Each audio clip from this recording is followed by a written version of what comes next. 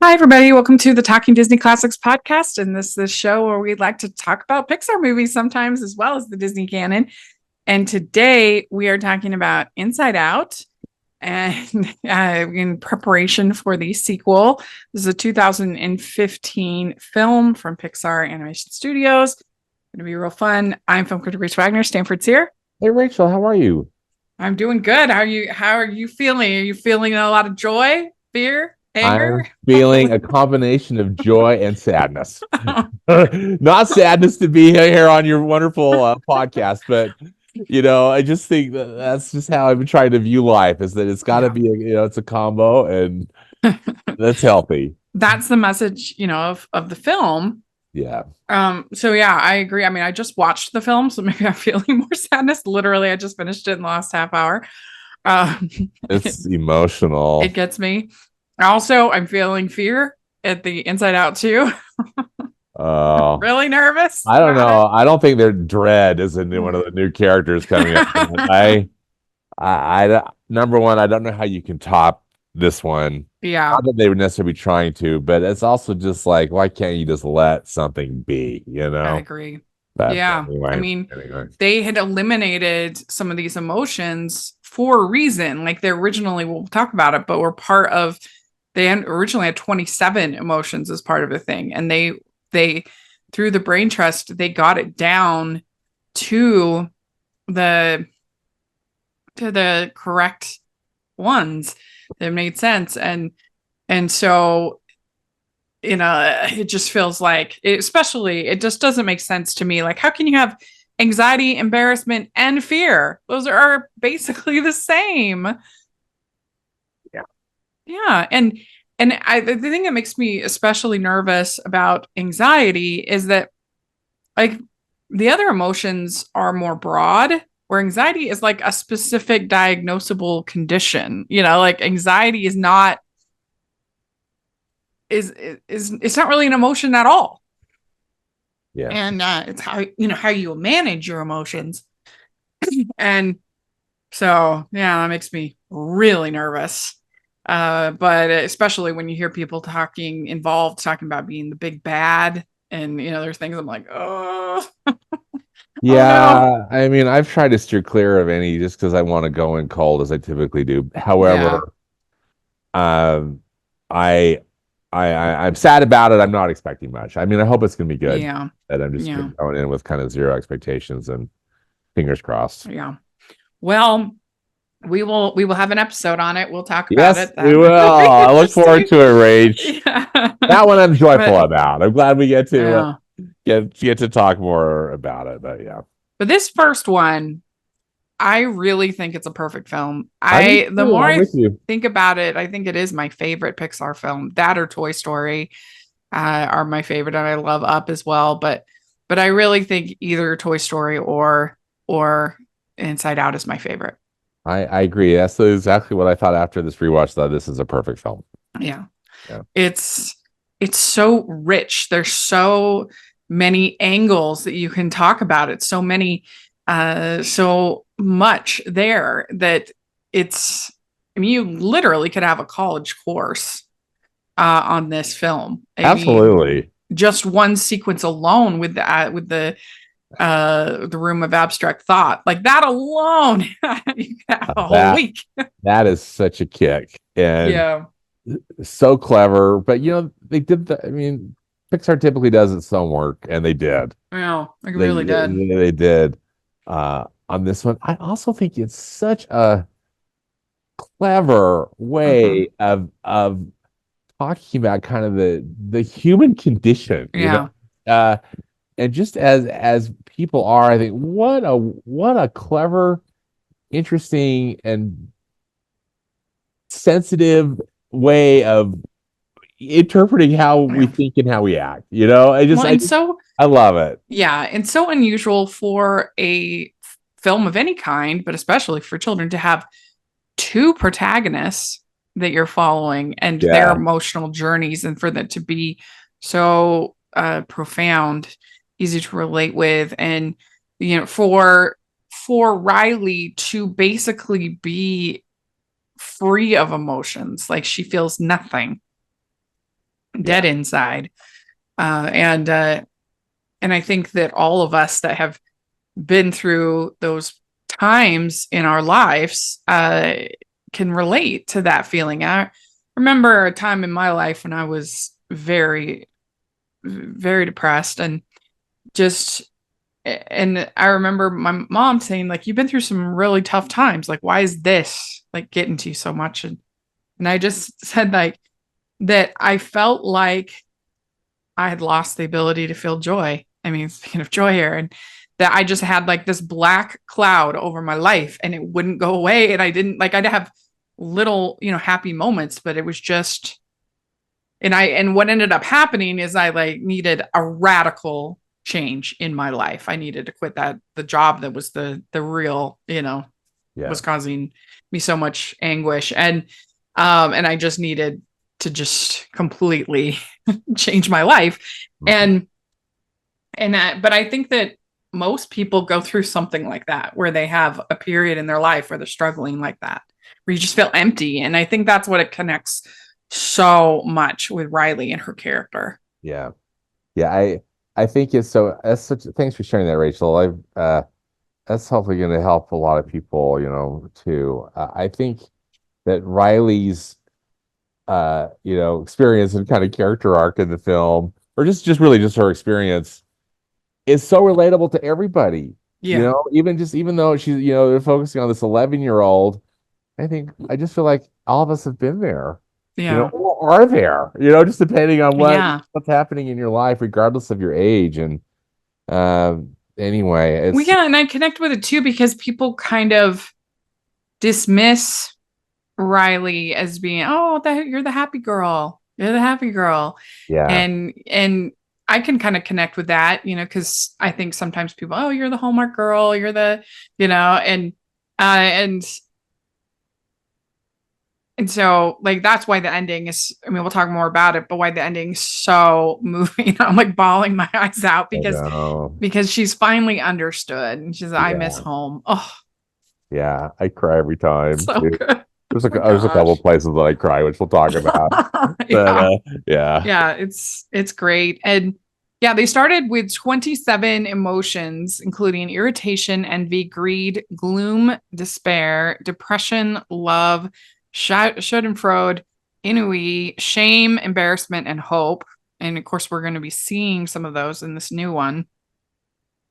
Yeah. And and they start with the birth and we get our introduction to the team. And one of the things that makes this movie work so well is the music is so beautiful. I love it so much. I'm with you, Rachel. That's one of the first things I wanted to bring up too, is Michael Giacchino's soundtrack is so brilliant. And I mean, just from the very first note, you just know you're in for something special, and it delivers throughout the movie. It's just pitch perfect. It's exactly what you need. Yeah, it is for this. Yep. Like, I cannot believe that this score was not nominated for the Oscar. Frustrating. That's crazy. I'm just gonna see what was. What won that year? The Hateful Eight, Ennio Morricone. Okay, sure, but come on, the Star Wars: The Force Awakens got nominated. Come on, Inside Out nominated. Bridge of Spies. No. Oh, that's don't agree with that. I mean, it's so essential. This music is perfect for every emotional beat of this movie. It's a wonderful soundtrack. Yeah. What a gift. I mean, he does such great work. I like so much of his work, but this definitely is up there. Did you see that Werewolf by Night thing? Yes. Yeah. This is pretty good. He directed that. And he directed it. Yeah. I liked it. I thought it was good. Kind of had the feel, a Universal monster movie. I saw him conduct. It was in Royal Albert Hall in London. Oh, neat. It was just one I was just in town, and was trying to find like a concert or something to go to, and he conducted, uh, an orchestra, and I can't remember which one it was, so sorry about that, but of Star Trek Into Darkness.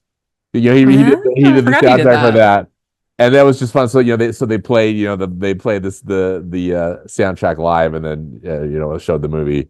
Yeah. That was just fun to see him in person. You know what I Yeah. mean? It was just and He did win the Oscar for Up, which is an absolutely beautiful yeah, score as well. So, that's another fantastic score. yeah. And he I won an like. Emmy for Lost and 3 Grammy Awards. He just needs to needs to get a Tony. I mean, Yeah, yeah. he almost has the EGOT He's very good. I to like go him to very much. Broadway. And he talked, he at this concert, he spoke, to the audience a couple of times, and it was anyway, he was just really engaging Yeah, and that's cool. That yeah. would be neat to see.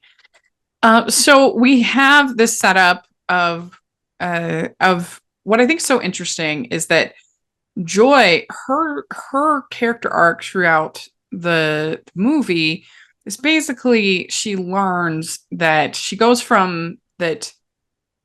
Basically, what I think is interesting is that Joy goes from believing that happiness equals fun to having a much richer, more textured understanding of what true happiness is. And I really love that kind of journey that she goes on. Isn't it interesting? I think Yeah. same here. Joy goes on. Joy has to figure some stuff out, and I just love how she just doesn't want sadness, to touch anything. And at one point, she like Mhm. draws this circle. She's like, "You can't leave this." Right. Right. She just doesn't, it's just not computing. Yeah. And also, she only wants, like the sphere, the orbs or whatever, to be like the joy color, right? Like Mhm. nothing else can be allowed. Yeah. Yeah. Are you a fan of Rachel's reviews? Do you look forward to Family Movie Night, Female Film Critics panels, or the Talking Disney podcast? If so, please consider supporting the podcast by becoming a Patreon. As a patron, you get to access monthly events such as the watch-alongs and Q&As, where you get to talk to stars and find out the behind the scenes of the movie making industry. And you can pick what I review for Family Movie Night or even become a guest on the podcast. Podcasts and YouTube channels are expensive, and I really, really could use your help. I would so appreciate it. You also get to be a member of the Facebook group where we talk about all the films that we're seeing, and we have so much fun. Go to patreon.com/Hallmarkies and select one of the Rachel's fan tiers. That's patreon.com/Hallmarkies. Amy Poehler helped the team write Joy, illustrating a broad range of happiness after facing difficulties. So evidently, she was pretty involved in this sort of formative from the pretty early on with the writing, which is cool. Yeah. Yeah. And they set up this whole world, which is so brilliant, so that you not only have all of the memories, which I love the design of the memories. I love that like clink clink, like I think the sound mix was so brilliant in the film. Sound design in this film is really Yeah. Special. I love it's very tactile. I love the way they look, the little globes. I just think it was so brilliant. I agree. I just love the whole setup with the kind of the gears, the very colorful gears, Mhm. and all this like shelves almost, where these things go, and then what happens to the day. It's such a clever way of illustrating the human mind. And I also think, I mean, that opening those opening few minutes, even before the credits roll, and the credits, I mean, are short, but still, it just sets it all up, and you get it. Yeah. It's not like It you're really watching, does. you're like, what? Like, what is that? What is happening here? Just think that the storytelling is just so, as we said, perfect film, but so brilliant, because it's it's kind of a heady concept, I mean, literally and figuratively, but and they never stop kind of adding that. It's interesting to read about all the different things that they kind of left on the way, because it does feel like that even like when you get to the train of thought and you get to the boxes of facts and opinions that get mixed. There's just so much in here. Yeah, the Dream Productions. Yeah. Yeah. And I love the whole idea of the core memories operating a different island of personality. So she has Hockey Island, Goofball Island, Friendship Island, Honesty Island, and Family Island. Yeah. And so I was just curious, like, what do you think would be like a couple of your islands? Oh, I love that. Yeah, because I was trying to think that too. I think I definitely would have like a family island, possibly like a friends or relationship island, and then definitely a movie. I'd have movie island. Yeah. For sure. I mean, I would definitely have Podcast Island for sure. Yeah. Podcast Island. And then if I was going to do like, I think I would have maybe like Independent Island, maybe something like that. Because she has Honesty Island, which I that's the one that I'm like, would that really be a core part of your personality? But well, that's yeah. But it works, obviously for the story. For the story, yeah. But yeah, I think I would have maybe like independent, free will, kind of a free spirit kind of island, I guess. Yeah. It's been very independent in for one of my islands. And yeah, it's a brilliant idea, and that each of the core memories is tied to one of the island's personality, and then later on she's got Teenage Vampire Island and like Boy Band Island and stuff like that. Yeah. I would have theater also, movies and theater. I would have live theater island. But yeah, I think that's so smart. And Riley is 11 and they're moving to San Francisco and it's ruining everything. Yeah, Riley has this idyllic life for her that she's really happy in. Or Minnesota. Yeah, and then all that just gets yanked. The rug gets yanked from under her, and they move to California and have a really hard start. Yeah. Yeah, I mean, I almost kind of wish that instead of bringing in all these new emotions for Inside Out 2, I kind of wish that they had just had her get a sibling, and then so this sequel is about the sibling. Yeah, because I think that would be interesting. Fun. And talk about an upheaval of one's life. Yeah. You go from being the single child, to having a sibling. Especially at 12. Oh yeah. Yeah. Like I had other siblings, but I had my sister Anna was born when I was 10. Yeah.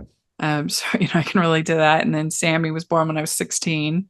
Yeah. And then Maddie when I was 18. And so I can relate to that older dynamic. Absolutely. Yeah. Absolutely. So I think something like that could have been more interesting, but we'll see. But Joy even says at the beginning, she says, "Find the fun," which that is good advice often in life. Like whistle a happy tune. When you're feeling sad, like you can sometimes that is helpful, but not in the way that Joy is doing it, where we're gonna pretend that the sadness doesn't exist. We're gonna hide it. We're gonna mask it. That kind of a thing. Yeah. And there's so many great lines. A lot of Anger gets a lot of the great lines.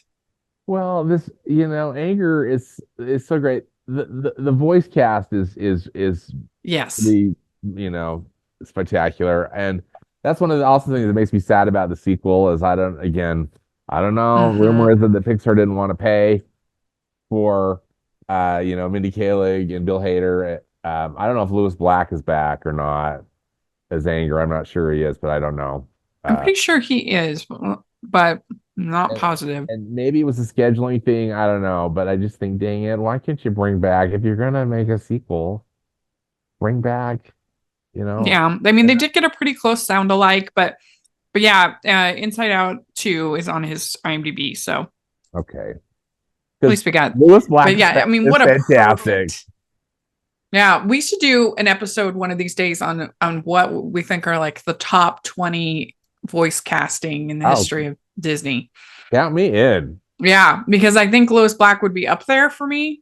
Oh, he's so good. He's perfect. Absolutely, I mean, perfect. I mean, his whole shtick is basically being anger. That's his whole thing. It's such it's such a great choice. Yeah, like he's basically like a modern day George Carlin. Yeah. And I would have on that list, I would have certainly Robin Williams, of course, Genie. My goodness. Yeah, and Antonio Banderas for Puss in Boots for me. And but that's another podcast. But yeah, he's absolutely great. Mindy Kaling, perfect as discussed. And to have Bill Hader as Fear, Richard Kind. I mean, he's a legend voice actor. Richard Kind is so great and this. Perfect as Bing Bong. Yeah. Well, I don't know how they thought of Bing Bong, because that whole plot was absolutely brilliant. Oh, it was so great. Yeah, because it just gave another character we're kind of rooting for. Yeah. And so then his sacrifice at the end is just perfect. That's where I bawl. Oh my gosh. That scene. Yeah. And with the perfect Michael Giacchino music, and just my stars. That's just I know we'll get there. Woo. So we have this, it's pretty iconic dinner scene where you get to see in the mind of the parents, where you see their emotions. So funny. Yeah, hilarious. And this is also the beginning where we get the congratulations, San Francisco, you've ruined pizza. First the Hawaiians, now you. Broccoli pizza. Yeah, I'm with Riley on this. No, I don't like it. I don't like broccoli that much. Do you love all things rom-com, holiday, and Hallmark? If so, we have the podcast for you, the Hallmarkies Podcast. We aim to be your destination for previews and recaps of every romantic comedy and holiday film that's released in cinemas, on streaming, and on channels like Hallmark. We also cover all the Hallmark TV shows like When Calls the Heart and The Way Home. Still not enough? We have recapped every episode of Heartland, Sex and the City, All Creatures Great and Small, and more. We also have weekly ranking episodes and interviews with all your favorite stars. You can listen to Hallmarkies Podcast wherever you download your podcasts or watch on video on YouTube. Come join the Hallmarkies family today. We know you will love it. Then there is this scene that I think is very interesting where the mom says, "You stayed our happy girl. If you can keep smiling, it would be a big help." Now, on one hand, I do like the fact that she is treating her child with like a certain degree of she is kind of treating her like she would a peer, and that can be really horrible.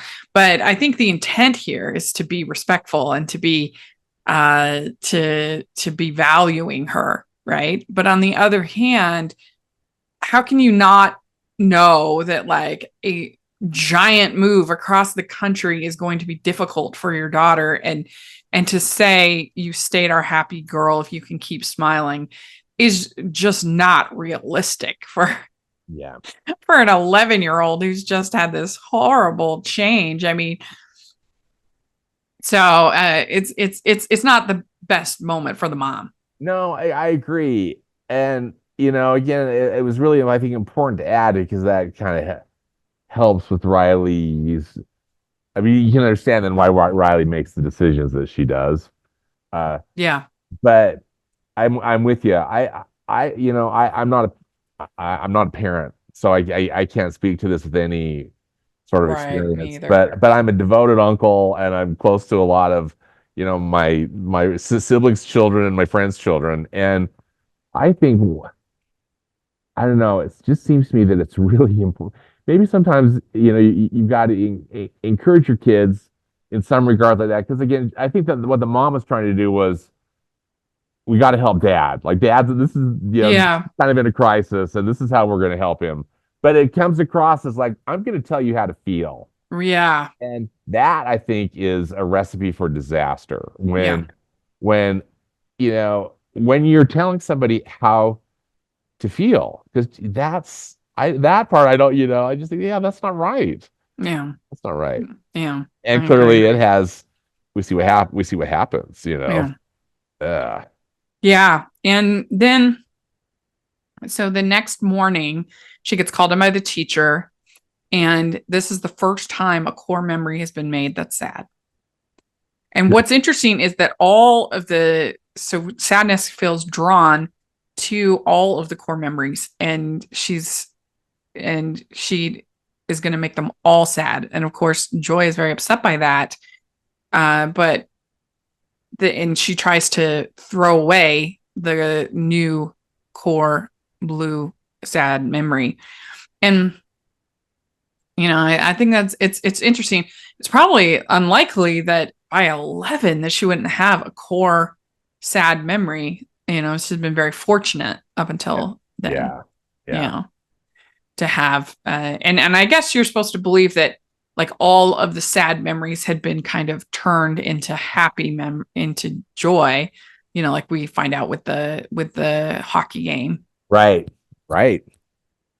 And so that's how Joy gets sucked up into I think, because she's trying to throw away the new core sad memory. And she, gets sucked up into Her in sadness. Yeah, they both get and therefore, getting deposited in another part of the brain, the brain landscape, and then leaving, fear, anger, and disgust to run the show, which is a bit of a disaster. Yeah. And so this is actually when we get the main dinner scene with the parents, and this is the signal the husband. Oh, so funny. I'm putting the foot down, and all this is really funny. And this, we gave up the Brazilian helicopter pilot. Yeah. Very funny. Yeah. Very funny. And I do think that the movie manages to I think not feel too heavy, because it does have so much humor. Well, I agree, and I'll be interested to get additional viewpoints on it. From my limited perspective, I know that it could walk the line of maybe being a bit sexist in the way it portrays men's thoughts and women's thoughts. But in a lot of ways, I think that there's kind of truth is, from my experience, how they represent the dad and the mom, as far as like how they're thinking. I can see that. Then, of course, is a bit teenage simplistic. boys and different things, but it is. But I also think that I thought they did a very fine job with, again, trying to represent the human condition. Because you can't go into like the complexities of the mother and the complexities of the dad. I mean, there's just only so much you can do in one movie. Just a split second, they do it. It's just I would say I think that's a fair critique, but I understand, that the movie is just so jam packed as it is. And I'm personally not troubled or bothered by it at all, because again, I think it's a perfect movie. But I think the way that they represent men, which is something I can speak to. I thought it was accurate. Right. Yeah. I mean, there are differences between men and women. Yeah. Yeah. It would have been nice in the scene where he is trying to be goofball with her, if he had like a little bit more of a, like, if he had said "I love you," or you know what I mean, like a tender moment at that might have been nice. Yeah. Instead of just kind of giving up, that might have been a nice layer. But yeah, and so this is when Goofball Island falls apart, and There's like I said, there's some really funny lines when they go into the long-term memory. Think positive. I'm positive we will get lost in there. That's very funny. Yeah. I also love the way they design the faded memories. They look like pieces of charcoal, kind of. Oh, me too. Yeah. It looks so cool. And again, the sound mix was so brilliant. Yeah, they look so great. Clink, clink, kind of, I don't know. It just is really effective, I think. I agree. Yeah. And another funny joke is the triple dent gum. That's so funny. That's very funny. Yeah, it just comes back at the perfect moments. It's really funny. Earworm. Yeah, and everybody's reactions to it. Yeah. Yeah. One of the things too, Rachel, just quickly before you go on, that I neglected to mention, of course, it's Pixar Animation Studios, which typically is just, their art is just, marvelous. I call them the magicians at Pixar because the artists are so fantastic. But I love how all the emotions, they're created just like with a series of specks, or like dots, and they in some ways they look like they're just kind of floating, Yeah. And when you look at the character from afar, you can't really tell, but when they do a close up, you can kind of look, the way that there's like these kind of almost like translucent beings. I just love their character design, and also just there's a real texture to them. Yeah, thank you. The texture is really marvelous. Mm-hmm. I love that too. So then she does the FaceTime with her friend. Her friend has a new friend. So Friendship Island is falling apart. And then this is when they meet Bing Bong. So this is her imaginary friend that we saw at the very, very beginning. Her drawing the thing. And then there's also the train of thought. So they're trying to get on the train of thought. And Bing Bong leads them to the shortcut of abstract thought, the room. And there's 4 stages of abstraction. And this is just so clever, so smart. There's non-objective fragmentation, deconstructing, 3 is 2-dimensional, and 4 is non-figurative. And I was like, okay, you're showing off your Cal Arts degree. We all get it. Isn't it delightful? It's the greatest sequence.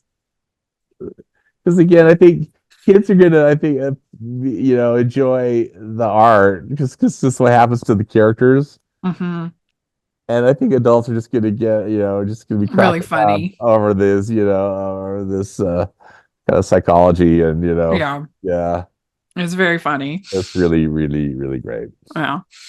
And then they have Imagination Land. Yeah. And we get the imaginary boyfriend that lives in Canada. Which is really funny. Oh, so Hi, funny. Riley. I would die for you, Riley. Die for you, Riley. We'd like to take a second and thank our sponsor for this episode of the podcast. It's the Hallmarkies merch store. Are you looking for that perfect gift for the postable, Hardy, or Hallmarky in your life? What about getting that t-shirt or hoodie that will help you stand out at your next holiday party? Now is the time to check out the Hallmarkies merch store. Full of festive designs by artists like Jessica Miller, Carrie from Hallmark Comics, and more.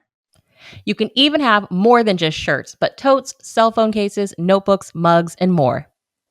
And it isn't just Hallmark. We have designs for Anna Green Gables, Man from Snowy River, The Nanny, and more. Every purchase at the merch store goes to help support the podcast and allows us to make the great content you know and love. There are frequent sales, so go to tpublic.com/stores/Hallmarkies or see the link in the description. That's tpublic.com/stores/Hallmarkies. So then Fear tries to put in hockey memories and they get spit out. And because they're not a core memory. And I forget this is when, so Riley says to her parents to stop saying everything will be all right. And this is at the hockey game, tryouts. Yeah. And that's another thing. we obviously want to comfort our kids, but also like obviously you don't want to tell them everything. You need to shield kids to a certain extent. But then also when something's like directly affecting their life, like you can't just say that everything, you need to be honest with them about what's going on. Yeah. As much as possible, at least. And so, yeah, mom is learning. Learning. And we also see the rocket. This is the first time we see that Bing Bong's rocket gets dumped. And this is one of the best scenes in the whole movie. No question. Because Joy just wants to like move along. And Sadness stops and says, I bet you really loved that rocket. And they just threw it away, didn't they? And then he starts to talk and she listens. And that was beautiful. It is. It's just beautiful. That's the perfect way to put it, Rach. Yeah. That so often in life, the answer is listening. As somebody who talks for my living, I can say that so often it's about listening. Yeah. and I there's just, again, more really funny jokes. The facts and opinions looks similar on the train of thought. Yeah. And Fear he's quitting. He's giving up. Anger says he gets the idea because there's like a core idea. And he says, this is it. We need to go back to Minnesota and we need to run away. And yeah, so things start to really change at that point. Yeah. Then they end up in Dream Productions. And this is another point where Joy is not listening to Sadness. Sadness says, we need to wake her up and we have to scare her. And she says, no, we can't do that. We can't do that. But it's the only way. So we get this whole dream section, which is really funny.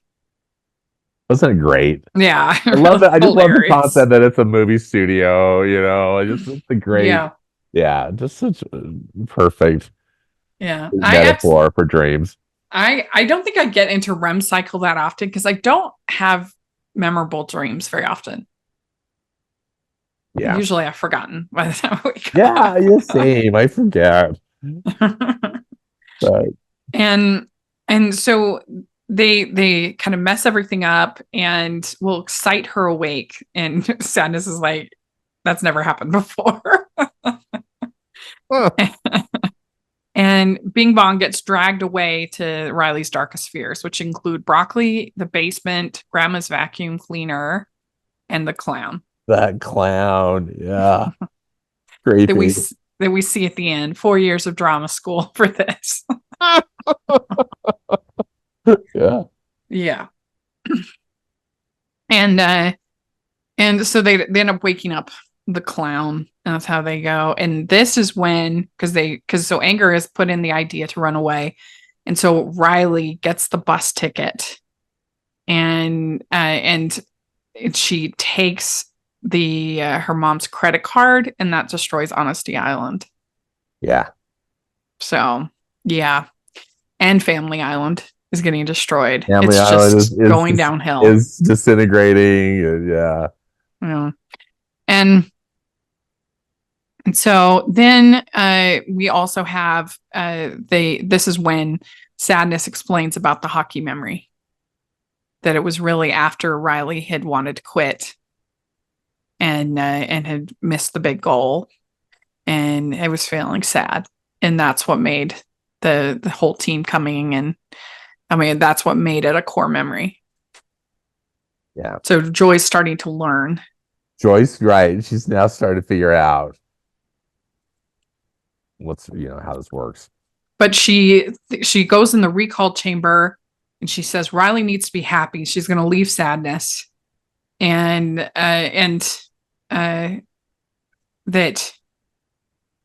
then she gets dumped, and she realizes that Sadness was part of the core happy memory, and so because she's feeling so dejected. I mean, she's a forgotten memory at this point. And I mean, things just it builds the tension so well because Riley at this point has now, what has this been, a whole day with no emotions at all, except for anger and disgust and fear. Yeah. So she's empty. Yeah. So it builds the tension between these two characters so well. And just this moment of crisis for Joy when she's, I love the way that the dump looks, the forgotten memories look, all those charcoal balls. Too. Yeah. And you really see that texture to her design in that space, especially. Oh yeah. And so they find and this is when she realizes that the sadness was part of the core memory, and they find Bing Bong's rocket because they sing the song, and at first it crashes twice, and then the third time Bing Bong leaves the rocket, and it barely gets Joy up there. Yeah, and take her to the moon for me. He sacrifices himself, and yeah, the tears are flowing as previously mentioned. So good. Oh my gosh. That's so great. Take her to the moon for me. Yeah. And then Riley getting on the bus and everything is turning gray. The whole console is gray. Yeah. It's bad. It's really, really bad. Yeah. I mean, this is the critical juncture here. Mm-hmm. Yeah. Yeah. And so then Joy ends up making all these imaginary boyfriend like a bridge, a ladder with the imaginary boyfriends. And she gets funny. Her and Sadness get up to the back to center. Headquarters, right? Yeah. And so then this is when Sadness turns the core memories. Riley needs you, Sadness. It's great. And this is when she gets off the bus and Sadness saves the day. Yeah. Yeah. And she's been gone all day. The parents are getting more and more worried. And then she says, I miss home. I miss Minnesota. You need me to be happy, but I want my old friends and hockey team. I want to go home. And yeah, it gets me every time. Oh, I cry every time. I mean, it's just so tender. And I love how the parents are portrayed in this too. Yeah. They both kneel down. Yeah. And they're just all holding each other. And it's just tender because they don't chew her out or, maybe that comes later, but they're just there and they listen to her and they love her. And that's a good way to describe it. I think tender. It really is. Yeah. It's a tender scene that I think almost anybody can relate to. Yeah. That you hope that the people who love you will forgive you and embrace you like that in your tough times. That's what everybody should have hopes for. Riley was able to really just say how she really feels. And be honest. Yeah.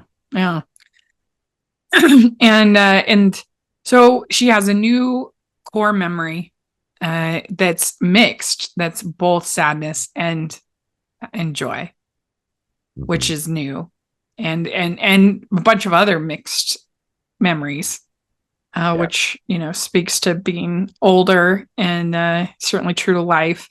And she has I like that Friendship Island has the new friendly argument section. That was funny. I know. And there's Tragic Vampire Romance Island, and Fashion Island, Boy Band Island, and I hope that's just a face. And I like the new panel. I have access to the entire curse word library. So funny.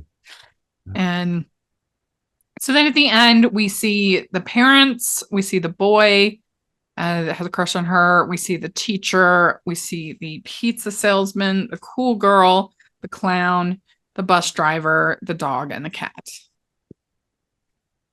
And I do think it's a bit of a problem that none of those people / animals had any of the additional emotions.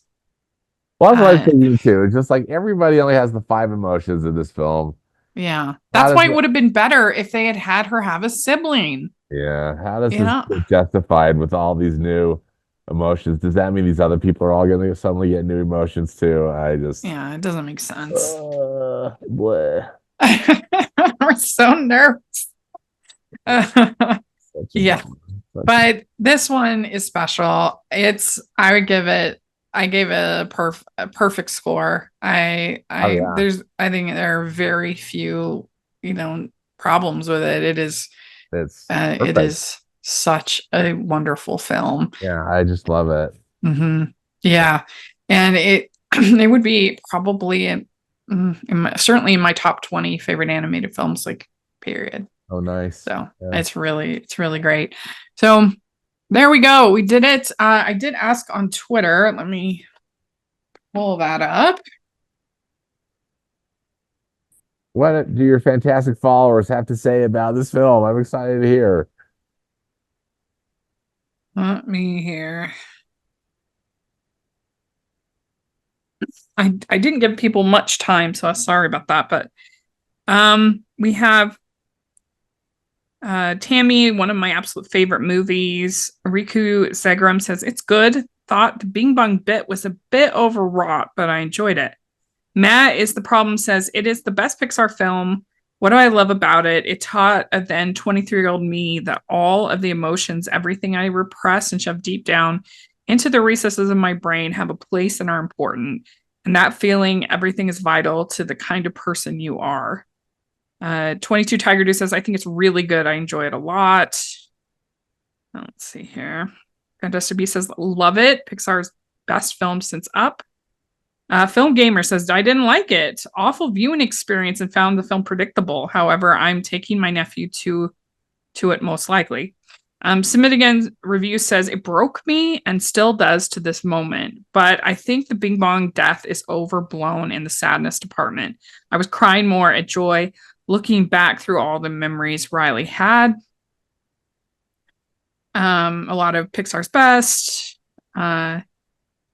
Robbins Raj says, good, tells us to not suppress our negative emotions.